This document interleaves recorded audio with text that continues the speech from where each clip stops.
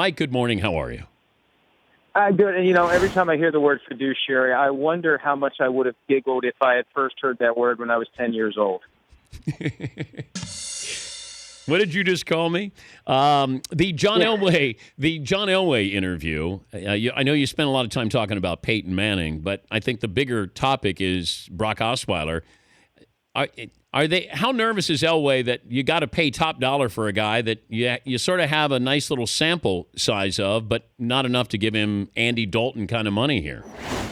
Well, Dan, what he did with us yesterday, he set the parameters for Osweiler. It's a broad range, $5 million to $15 million a year. He said there's essentially no middle class for quarterbacks. But there are some guys who fall in that range. The real question is, if there's someone out there willing to pay Brock Osweiler more than the Broncos will pay, how much less would Osweiler take? How much less should he take to stay with the Broncos? And that's part of what Elway did. He made the pitch. Hey, if I was a quarterback, I would want to stay here. And, is that something that has value to Osweiler? Changing systems, changing teams, changing coaching staffs, changing personnel, changing everything, and expecting to go somewhere else and being successful right out of the gates when the weight of the world of the expectations is going to be on your shoulders to come in and save the franchise. How much more does it take for you to do that? $3 million a year more? $2 million a year more? What's the gap? What's the spread? And without the franchise tag to hold him in place, and there's no way they'll use the franchise tag, you're at the mercy of the market. And one of the things happening here in Indianapolis, Dan, all the agents talking to all the teams about deals that may be available come March 9. It's tampering now, but it's rampant. So Osweiler's going to know what's behind door number 2. He's going to know what's behind door number 1. And the Broncos have to hope that someone else doesn't blow away what they are willing to do. The John Elway topic about Peyton Manning, I understand the respect that you show for Manning. You want to give him the time to be able to do it on his own terms, but John Elway has to be privately, secretly holding his breath saying he can't come back here. Yeah, I don't think they want him back at any price, and they are showing him incredible respect and deference. Finally, Elway acknowledged that March 9 is the deadline because if Peyton Manning's still on the roster that day, they owe Peyton Manning $19 million fully guaranteed. So they need to hear from him by then.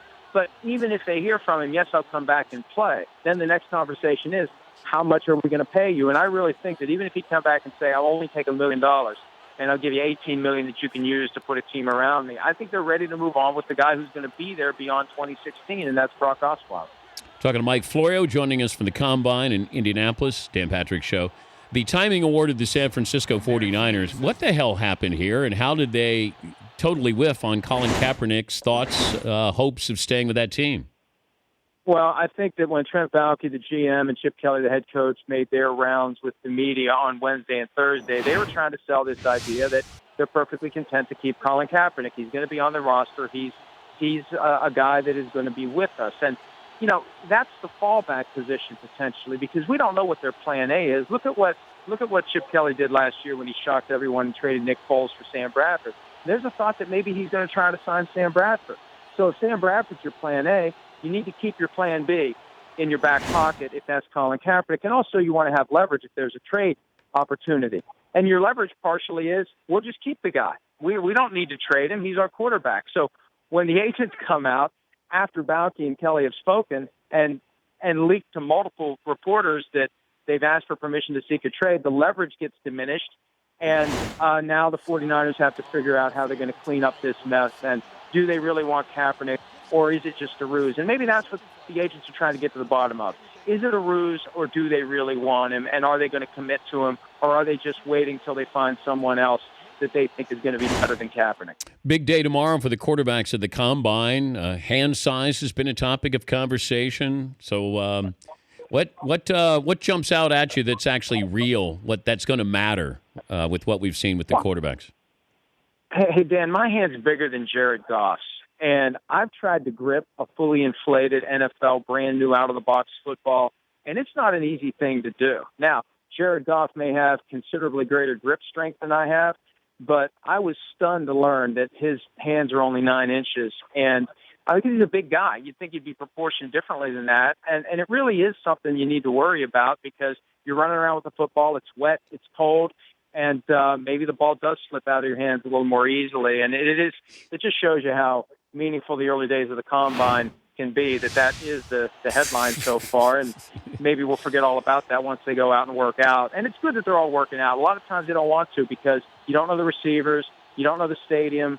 A lot of things can go wrong, but I think the scouts have gotten to the point where they understand that they're not going to kill guys if they have a rough time at the combine workout. Jason Pierre-Paul's lawsuit against Adam Schefter and the mothership, the fact that it's filed in Florida, how does that change anything if it was filed elsewhere? Well, it's filed in Florida because it happened in Florida. At least the hospital's in Florida, so you can make the argument that there's enough connection to the event to allow it to be filed there. What probably will happen, Dan, is that ESPN and Schefter will try to get the case removed to a federal court because just as a general thought process that defendants, especially defendants that don't live in the state, get a fairer shake in federal court than they do in state court. So that'll probably be one of the early skirmishes in the case. But then ultimately, I don't know where this thing goes. You've got to convince a judge that there's enough under Florida law to allow a jury to decide whether or not his rights were violated, and if so, how much compensation does he get? I think that's really the challenge here. What's it worth to put a piece of paper that says a guy is going to have his finger amputated when everyone knows he had his finger amputated? Is it just because it's a medical record and we put so much importance on medical records that any medical record, regardless of what it says, is something that should be treated as sacred? I think that's really the question here, because ultimately, I mean, it's not some embarrassing diagnosis that's been put out there. What Schefter did, and it was unnecessary for him to do it, and I think he never should have done it, and I never would have done it. It was gratuitous, it was unnecessary, and it only led to something bad. But ultimately, how much does it hurt Jason Pierre-Paul that we see a piece of paper that says he had his finger removed? We all know he had his finger removed. Yeah, but it's, Schefter's in possession of stolen property, right? Well, I don't know that I'd call it stolen property. Somebody took an image of the medical record and sent it to him. And there's a specific law in Florida that says if you're a third party who receives a medical record, you are prohibited from displaying that and disclosing it to anyone else without a signed release. So it's just more about this idea. We do take medical records very seriously. All medical records. You don't try to draw lines. Well, this medical record is more sensitive than that one because that one simply says, X, Y, and Z, how much you weigh and how tall you are. We treat them all under the same umbrella. And I guess that would be the argument from Jason Pierre-Paul's camp. It doesn't matter what it said.